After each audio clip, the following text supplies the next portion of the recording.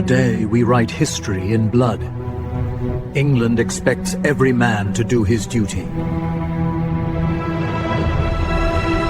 October 21st, 1805. Off Cape Trafalgar, the Franco-Spanish fleet drifts in a long, uneven line. 33 ships of the line waiting.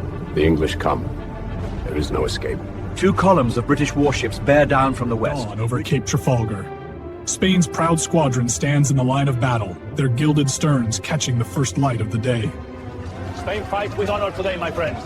Ahead looms the colossal Santissima Trinidad, 4 tiers of guns. Dawn on the 21st of October, 1805, atop the poop deck of HMS Victory, Admiral Nelson prepared a signal that would ignite the heart of the fleet. Make signal to the fleet, Mr. Pascoe. England expects every man will do his duty. Aye, aye, my lord. The colors... What is Nelson signaling about now? We know our duty without being told. The Royal Sovereign surged ahead of the lee column, her new copper bottom knifing through the swells. Alone, she raced toward the enemy line. 4 p.m. Off Cape Trafalgar, the Royal Sovereign bears down on the enemy line, first into the breach. Ready, lads? Hold your fire. At pistol range, the Spaniard unleashes her broadside. Fire as you bear. Give them hell. Wood and iron collide. The Battle of Trafalgar begins in fury. Trafalgar. HMS Victory drives straight for the enemy line, enduring a storm of French and Spanish shot. My lord, your decorations make you a target. In honor, I gained them. In honor, I shall wear them. Even as iron rips the wheel apart, Nelson stands unbowed. Noon on the 21st of October, 1805. Victory glides across the enemy's stern. Nelson's masterstroke moments from release.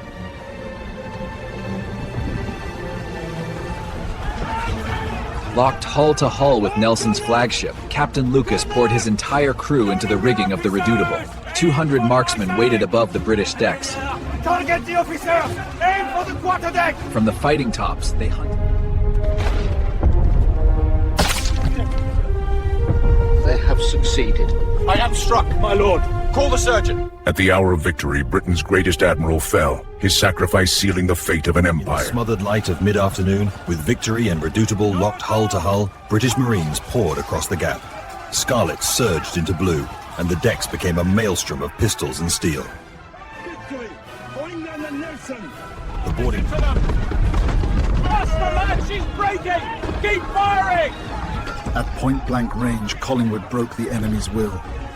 Proof that discipline could triumph over firepower. Surrounded by 7 British ships, the great Santissima Trinidad fights on. Her masts gone, her decks a charnel house, yet her colors unbowed. Broadsides hammer her hull, splinters ripping through the smoke. In the smothered light of mid-afternoon, with Victory and Redoutable locked hull to hull, British Marines poured across the gap. Scarlet surged into blue, and the decks became a maelstrom of pistols and steel. Victory! Going down the Nelson! The boarding... By mid-afternoon, Redoutable was a floating ruin. Of her 643 souls, fewer than 100 still stood to face the enemy. We have done our duty. France can ask no more. On the afternoon of October 21st, 1805, the French flagship Bucentaur lay shattered and adrift. Nelson's raking broadsides had torn her masts away and strewn 400 of her crew across the deck. As British boats closed in, the admiral of the combined fleet faced the enemy.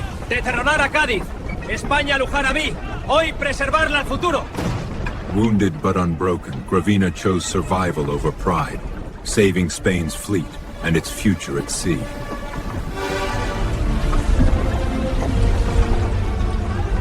Lower the colors. We have done enough. Honor is satisfied. The greatest warship ever built did not fall. Below the shattered decks of Victory, Captain Hardy descends to his dying admiral. Hardy, how goes the battle?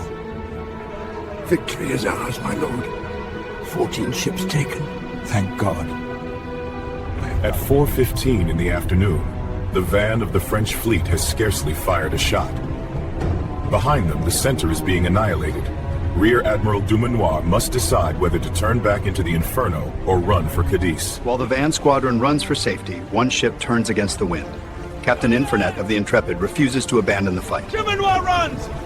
Our Intrepid does not flee! Alone, he drives his wounded ship back toward the British line to rescue the shattered comrades left behind. 5 o'clock, the French ship Intrepide found herself ringed by 5 British men of war. Outgunned, shot to pieces, she refused to strike. Fire! Give them everything we have! Cannon by cannon, crewmen fought amid wreckage and blood, answering every broadside with their own. As the smoke of Trafalgar drifted out to sea, the scale of the victory became clear. 17 prizes. Not a single ship lost. Around the battered flagship, captured French and Spanish men of war lay helpless, British colours flying above. Captain Hardy returns below to the dying admiral, the hour of farewell upon them. Nelson's breath is shallow, the lantern light chasing gold off his tattered honours. Hardy kneels.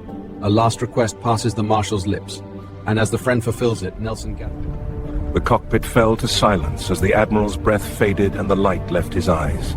Hardy rose, the weight of command replacing grief. He is gone.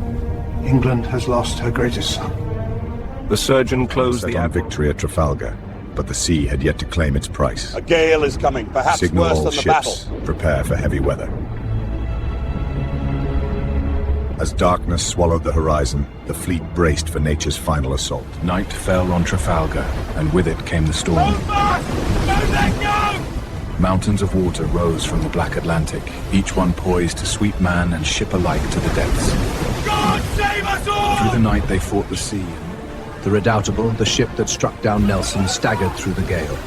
Her wounds were mortal. The ship is lost! We must get out! Below, prize crew and prisoners alike fought the rising sea as the hull broke beneath them. Madre de Dios! Receive... By morning, the storm had turned Nelson's triumph into a waking nightmare. The captured ships, the hard-won prizes of Trafalgar, were drowning with their crews. Signal to all ships, scuttle the prizes if needed. After 3 days in the teeth of the Atlantic storm, the Victory breaks into light, scarred but afloat. We have survived. Now we must bring him home. Her masts are lashed together, her hull holed and bleeding, yet she carries the 4th of December 1805, the battered Victory limped into Portsmouth. Her guns were silent, her masts splintered and bound, the ensign hanging half-staffed in the winter air. Word of Trafalgar had already reached the shore. So had the word of Nelson's fall. On a grey January day, the greatest state funeral in Britain's history moved through the silent streets of London. God bless you, Lord Nelson. God bless you. Draped in the flags he had carried to victory, the Admiral's coffin rode beneath a canopy fashioned from the broken mast of his own. On the 9th of January, 1806, the heart of the nation gathered beneath the dome of St. Paul's. Beneath the flicker of 10,000 candles, the body of Horatio Nelson lay in state, wrapped in the colours of his ship. His captains stood in silence, the men who had carried him to victory and home again. Among them, Hardy, unflinching... 1806. In a cold ward at Cadiz, Admiral Federico Gravina, hero of Trafalgar, lies dying. I am happy to die for my country. Infection has conquered where cannon could not. After months in British captivity, Admiral Villeneuve was released. Now, with orders to present himself to Napoleon, he traveled toward a court-martial he knew would end in disgrace. Please blame me for defeat. History may be kinder. At dawn, in a rented room at Rennes, November 1805, news arrived in Paris that would shake Napoleon's ambitions to invade England. At Trafalgar, his fleet lay in ruins. Fleet is destroyed. England is saved. For now. Yet defeat at sea sparked no surrender. After Trafalgar, the Royal Navy held the seas unchallenged. A century of trade opened before Britain, and the world flowed to London. From India, China, the Americas, the seas are ours. Under the watchful guns of the fleet, merchants prospered. In the heart of London rises a column of granite and memory. It bears the likeness of Admiral Nelson, the arm he lost and the victory he won. The column was raised in 1843, but the story it tells is older, of Trafalgar, of a fleet saved, of a nation shaken. In a quiet corner of Portsmouth, she still keeps the watch. HMS Victory, the world's oldest commissioned warship, preserved where duty met destiny. Here, deck and timber hold the echo of battle. Guns off Cape Trafalgar, the sea lies quiet. No marker shows where cannon fire once raged, where wooden giants grappled and men by the thousands gave their last breath. Beneath these rolling swells, the remnants sleep, cannon, timber, and bone. On October 21st, 1805, 27 British ships faced 33 French and Spanish vessels off Cape Trafalgar. When the smoke cleared, Britain had lost no ships but gained an empire of the seas. Admiral Horatio Nelson paid for that victory with his life, but his final words